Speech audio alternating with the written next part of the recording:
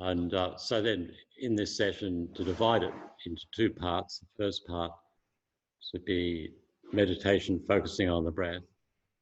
And then second part of the meditation, analytical meditation, basically around the subject of our fortunate human life. So then with the first part, focusing on the breath, here the purpose is to bring the mind into the present moment. And if we're able to keep the mind focused on the breath, then while we're doing that at that point in time, our mind isn't being distracted away into memories from the past, plans for the future, and so on. We're able to stay right here in the present moment.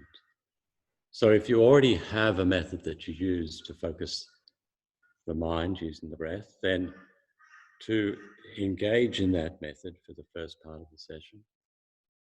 And if you don't have a method, already have a method, one way that this can be done is to observe the breath as it flows in through the nostrils and passes back out again. And as best as possible, to try to maintain an awareness of the sensation of the air as it passes in and as it passes out. And as the different distractions arise, the thoughts, the memories arising from the past, plans for the future, distracting sounds, as these arise, as these events arise, just to note them and not get caught up to them, just to be aware of their arisal and to bring the mind back to the breath.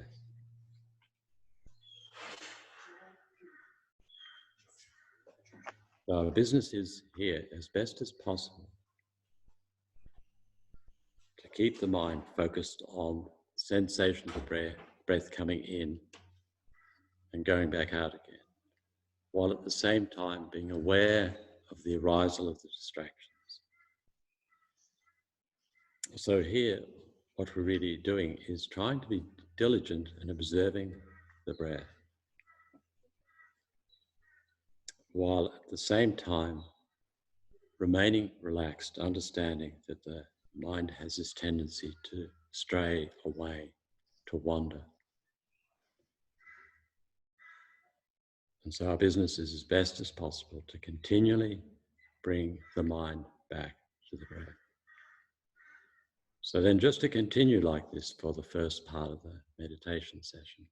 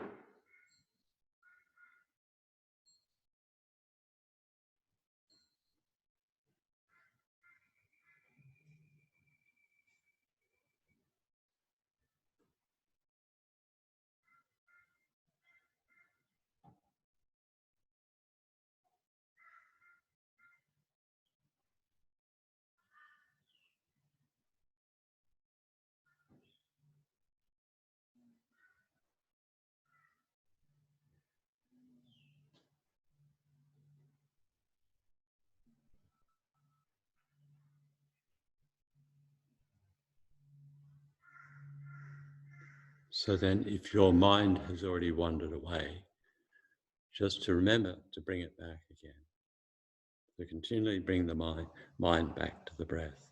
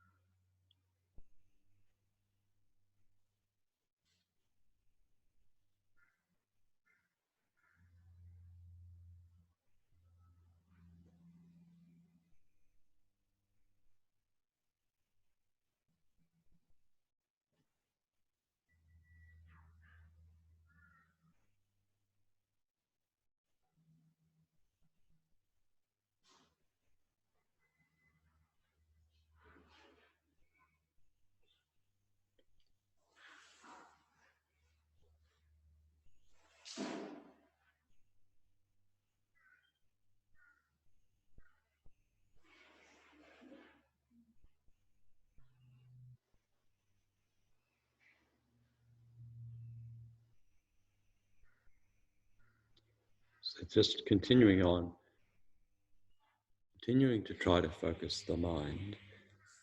And one method that can be helpful in doing this is with the analogy of being at a picnic and having the responsibility of looking after a young child.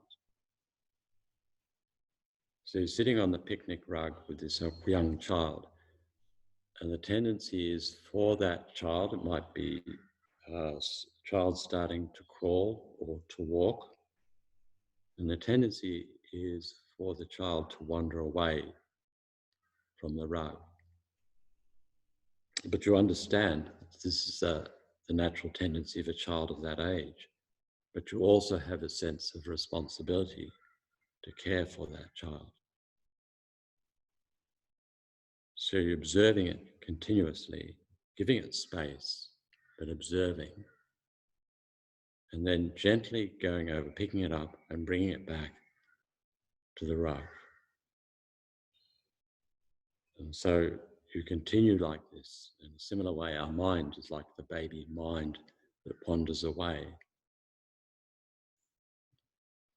That with firmness, firm gentleness, we bring the child back, our mind back to the breath continuously like this.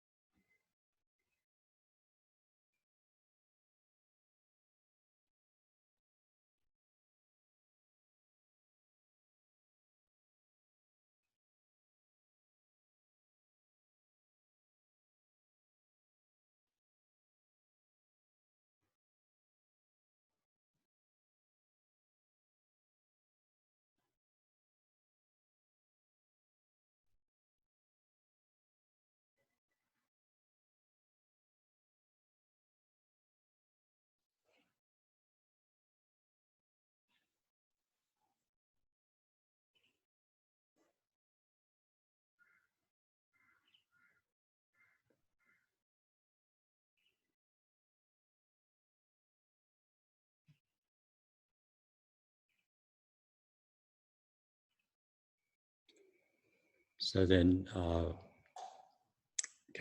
proceeding now into the second part, the meditation session, this meditation on reflecting on our fortunate life circumstance. But firstly, with this, to motivate, to think how it was on Tuesday morning with Geshe-la's teaching.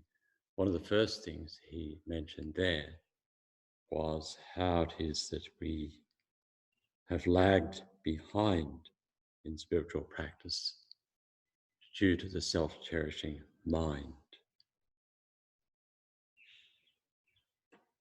And so now these teachings that we're receiving on the Bodhisattva path, Bodhisattva's way of life, give us an excellent opportunity to do something to counteract, to pacify the self-cherishing mind, and to cultivate the mind of cherishing others.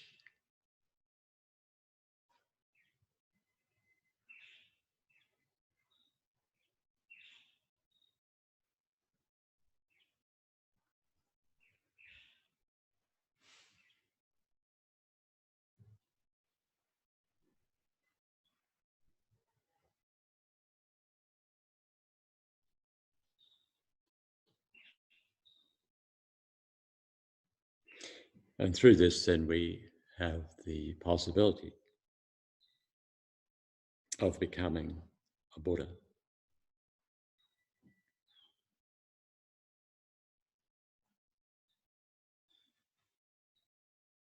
And Geshe has mentioned over the last couple of days the word Sagata.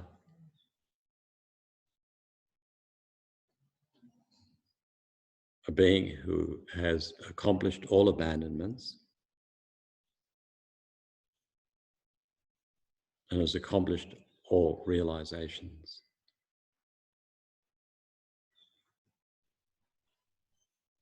So here in these teachings, the Mahayana path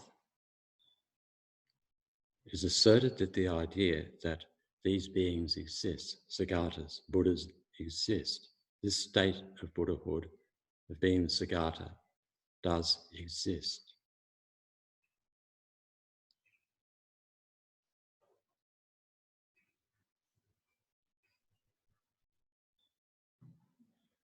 And then we have the opportunity to make connection with these teachings in which it's asserted that not only does this state exist, but we have the potential to attain that state. And so what spiritual tradition, what psychological tradition asserts the possibility that not only can we attain certain levels of happiness, but we can actually become a being who has accomplished all abandonments, the abandoning of all the gross levels of afflictions and the subtle levels of afflictions, and accomplished all realizations. Each of us has the potential to attain this state. And these teachings on the Bodhisattva path, the Bodhisattva's way of life, are all about working to attain the state of Sagata.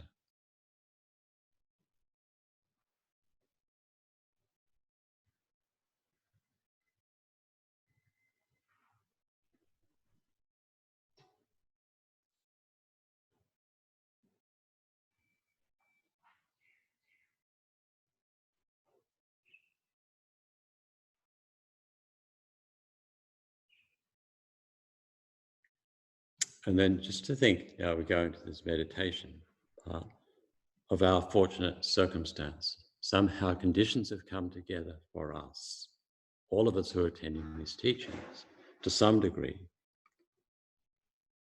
not only have the potential to become a Buddha, not only a human being, which allows us to develop our mind, but we have certain good fortunate circumstances and are free from unfortunate circumstances, so that we have the capacity, we have the ability, we have the circumstance now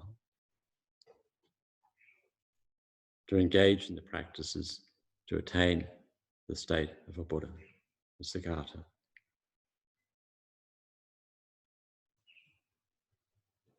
So starting off with the understanding that we are free of certain unfortunate states, that if we're in those states, it'd be very difficult to engage in the Bodhisattva path or even engage in spiritual practice.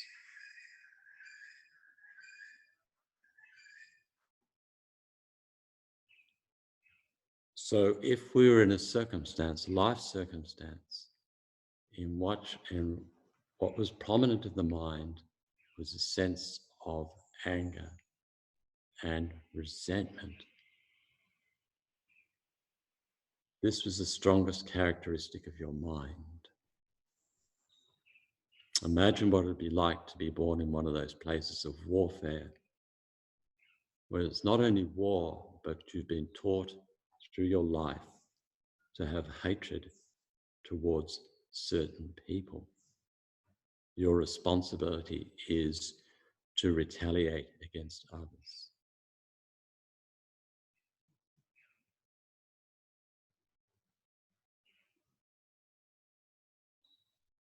And even if you're not born into that unfortunate state, there are a lot of people whose minds are like that. That's how they interpret the world. They interpret in terms of other people who are a threat to them, a harm to them. They relate to other people from a point of view, is this person going to cause me some harm?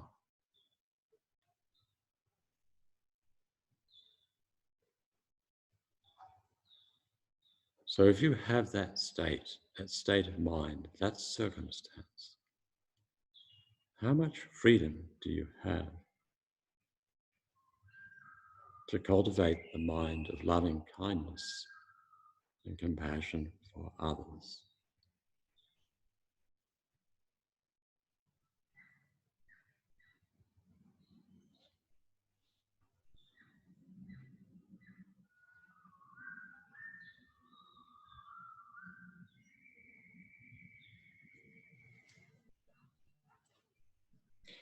And then there are other beings who have the understanding that there is no other source of happiness other than through pleasure, external pleasure, or power, or fame, or praise. This is the only way to find meaning and purpose, is through pleasure, power, fame, praise. Some people like that, they don't ever question that. That is their setting, their default setting. That's how they interpret the world.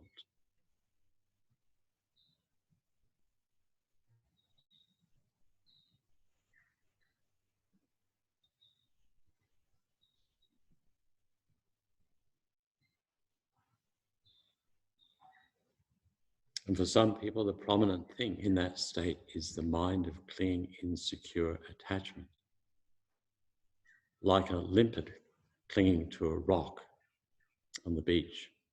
So no light can come inside through between the rock and the shellfish. And no light goes out because the mind is clinging so very strongly. So no space to have loving kindness, compassion for others.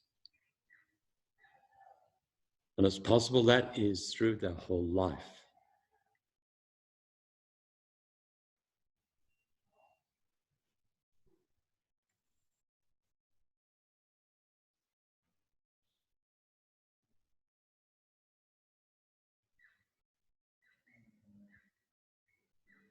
And then there are other people in this world, particularly because the culture encourages the idea of being a winner, of building up self-importance at the expense of others. Some people's minds are so full of pride in their accomplishments that there is absolutely no space, no capacity to open, to learn new understanding, to understand the existence of spiritual paths.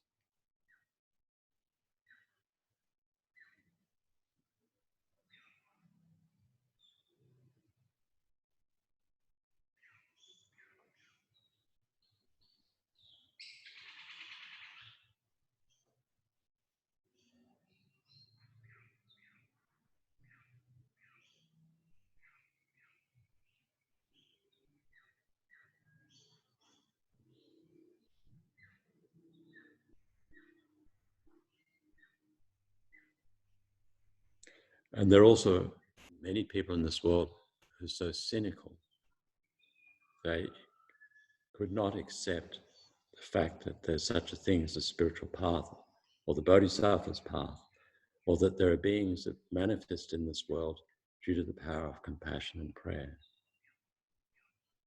They can't conceive of the idea that beings can be motivated by altruism. So how they interpret the world is always with a mind of cynicism. Don't believe anything positive in the world.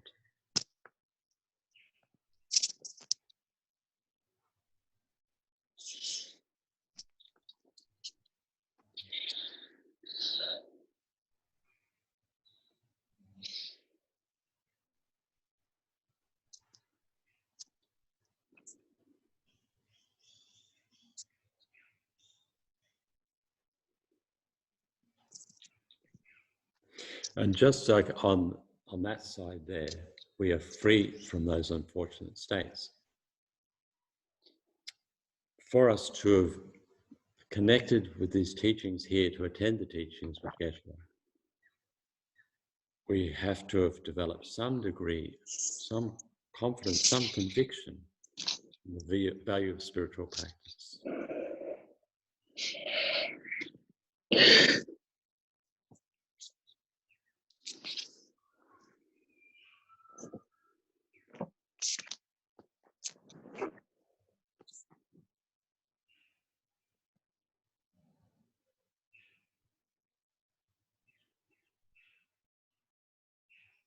So then, for us, then we have developed some degree of faith. We have faith in the spiritual path. Faith that inner development of wisdom and compassion, is the source of lasting happiness.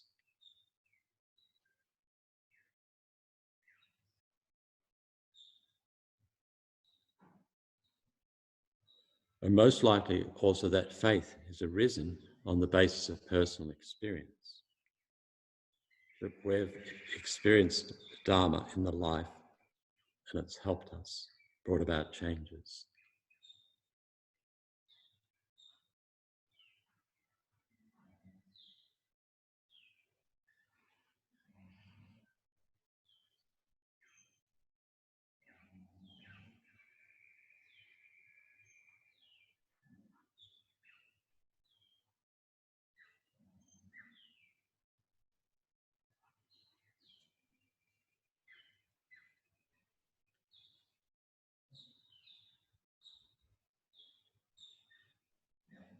And faith is likened to being, was like a mother.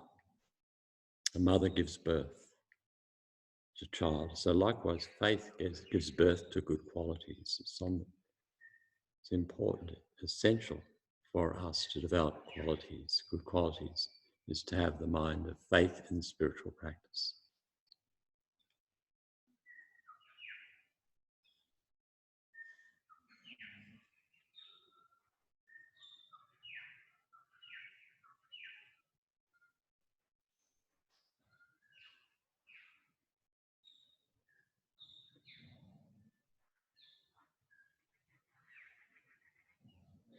And not only do we have some degree of faith, some inner conviction, but also we're born at a time when the teachings, when the Buddha manifested and presented the teachings in the world, not only did the Buddha manifest 2,500 years ago, but then also Shantideva manifested and presented this teaching of the Bodhisattva's way of life. So we have the good fortune to make connection with the Buddha's teachings and this technique of inner development, Bodhisattva's way of life.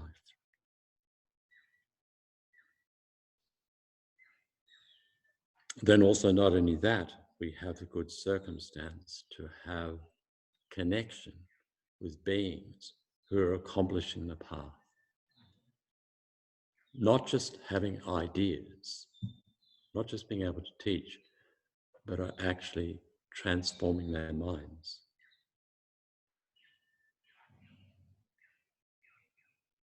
And can become a source of inspiration to us.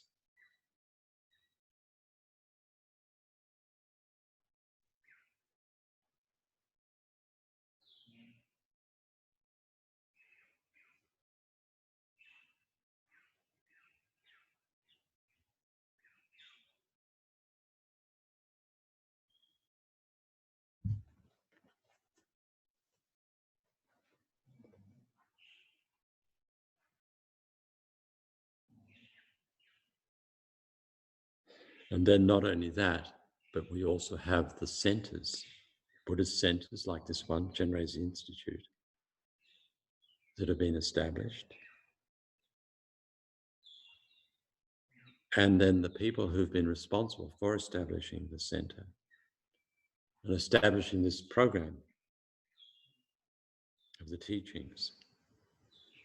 And then those who've been responsible for setting up the technology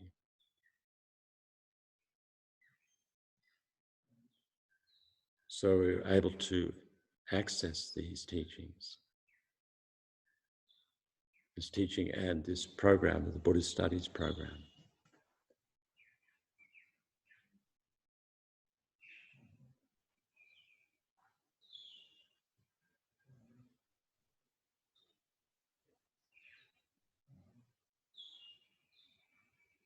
So given we have fortunate life circumstance, free from adverse circumstance, and also we are blessed with good circumstances, we should make use of it. Take hold of our opportunity that we have here now to engage in study and discussion, meditation tutorials within the Buddhist Studies program, so that we can be of greatest benefit to our souls and to others.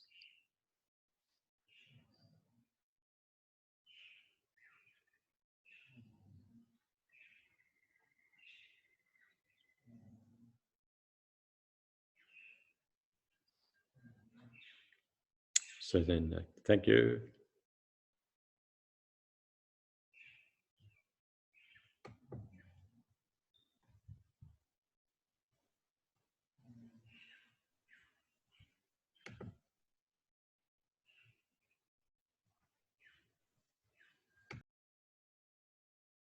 Thanks, Tony.